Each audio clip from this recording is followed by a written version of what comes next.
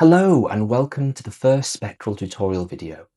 In this video, we're going to create a design system from scratch. We're going to create the token layer and then we're going to generate our first component. So let's get started. First thing that you're going to need to do is you're going to give it a name. I'm just going to be really imaginative and call it Tutorial Design System.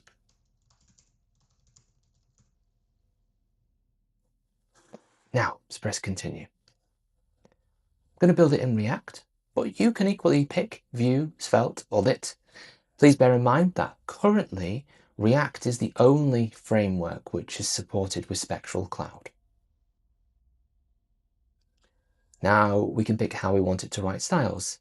I'm going to pick vanilla CSS, but feel free to pick SCSS as well if your workflow wants it. Next, I'm going to pick a starting point for our tokens. I'm actually not going to pick the default. I don't want any tokens. I want us to start from scratch. So let's press continue. Okay, now notice the big scary button here. You can pick the project runtime. It's probably best to use the bundled Node.js inside the application, but if it's misbehaving with you and you've got a version of Node.js on your system that you want to use, then by all means hit that toggle and use that. I'm not going to do that though. I'm going to pick a location to save it and let's go. It's going to run through a quick install and it's going to set it all up for us.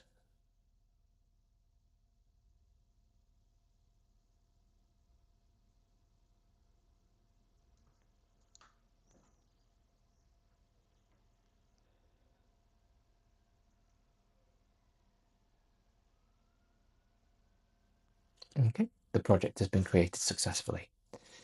Let's have a quick explore around the system. Some tabs at the top here.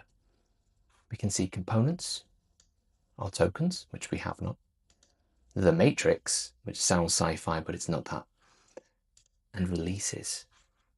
Let's start off with tokens, and notice we've got no tokens. I'm thinking that we should talk to the AI to generate some tokens. Now, what you can do is provide an image, but I don't think I'm going to do that. I'm thinking we should have something pretty classy. Let's go with, for colours, let's go with something charcoal and gold. So I'm going to put in, I want something classy. Let's go with dark charcoal and gold accents. No, not gold. Let's go with cream. Some gold highlights would be nice. Okay, let's see what we get out of that. It should generate the colors and then some basic design tokens in terms of spacing, border radiuses, those types of things. So let's generate. This will take around about 10 minutes. So you might want to get a coffee whilst it's doing it.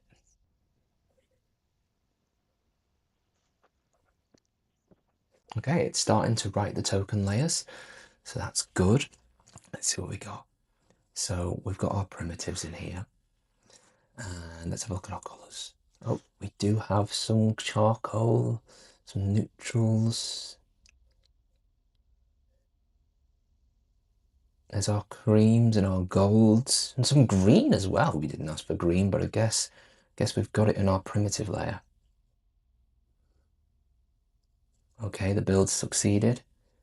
And we're done. We have some. Let's see if we have any semantic tokens. We do. Our primary color is the charcoal one, and the on primary is a cream accent, so that's quite nice. We won't have any component tokens yet because we have no components. So look, our radius. Yep, that's good. Okay, we've got some basic things in here. Let's pick DM Sans for our fonts. We can add fonts in here from remote imports or local faces as well. I'm just going to leave it being for now, and we'll come back to that in a bit. Okay, let's generate a component. An easy one would be a button, but let's not do that. Let's just click something new. And let's see what Spectral decides. It's going to look through our components, see some gaps, and see if it can help us. So it's picked a few. These are the bog standard ones. We've got button, text input, select, checkbox, dialog, and alert. Um, let's do a button. It's the easiest one. Personally, I usually do a badge first, but let's do a button.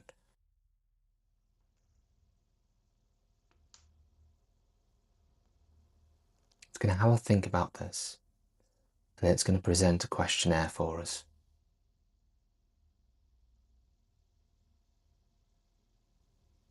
Okay, so the questionnaire has been presented, and we want primary, secondary, tertiary, and destructive as well. I wonder if we had a danger token. Well, we'll find out. What sizes? I definitely want all three sizes. Do I want an icon? I don't want an icon right now.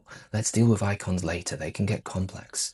What button widths? Fit to the button content. Fill the available. Yeah, I want that too. I want it to be able to do both. Um, Okay, the new button components. Should it perform an action on the current page? Submit a form, open a new page, or location. Yeah, so that's interesting. Now, to those technical, that could make it a polymorphic button, which means that it's going to be an anchor as well as a button. But let's see what happens. Which additional states do you need beyond hover? Loading, working. I don't want any of that. Do I want light backgrounds or just light for now? What should give the buttons visual style? Um, let's just see what it does with our tokens. Now, little bug here, we're still in beta, so that'll be fixed. We could skip, we could continue with these choices. We're going to continue here. Now, why do I want a button? It's asking me that. Well, I want a button so that users can take actions on pages. Sounds obvious, but we want to be in control of what the AI says. Now, where does it put this stuff? Well, it puts it into its specification, and that's where the spec in Spektral comes from. It's the primary piece of importance with the generation of the components. So, I'm going to start work.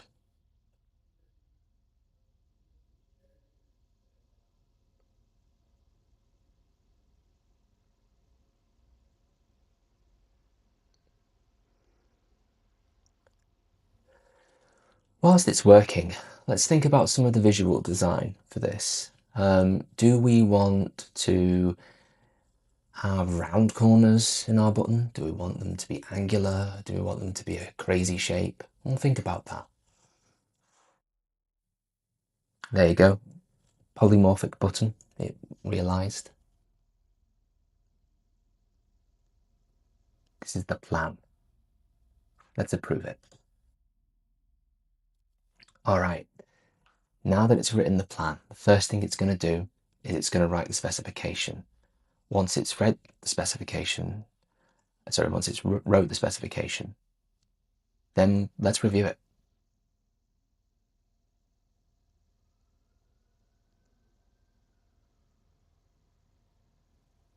Okay, the spec has been created. Let's have a look.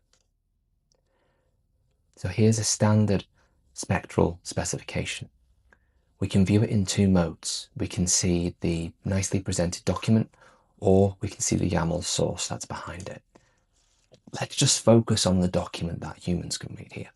So we've got the intent.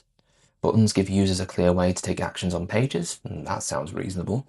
Use it for immediate page actions and form submissions, or provide an href when the action navigates. Yeah, that sounds good.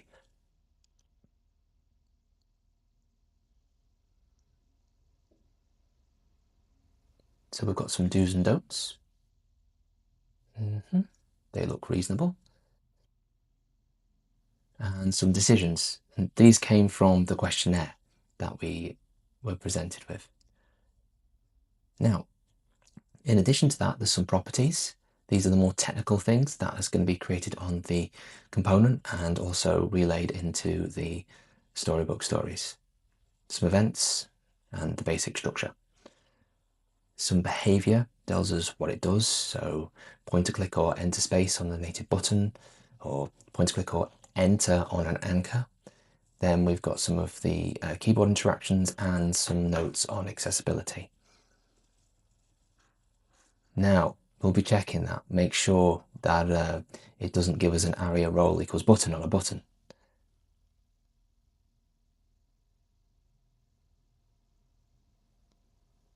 Okay, this is good. And we've got reduce motion as well taken care of. It's finished. Let's have a look what it's created. There we go. That is rather classy. Nice green button there, a secondary button. Tertiary has got like an outline. I like that. Delete is like a browny red. I prefer that to be a darker red. So maybe that's something we can do in our tokens later. Small, medium, large, full width. Disabled as a form submit, navigation. That looks good. No, I like that. But maybe let's have a look at our tokens now and see if it's created some semantic tokens. It's not created any component tokens, so that's fine. It's just used semantic tokens on there. Let's ask it to change the border radius to none. I want it angular.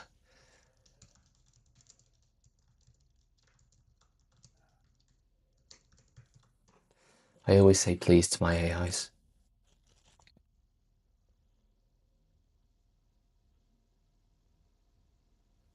Now, it's not just going to go straight in and do the action. It's going to do some other things after it's done that.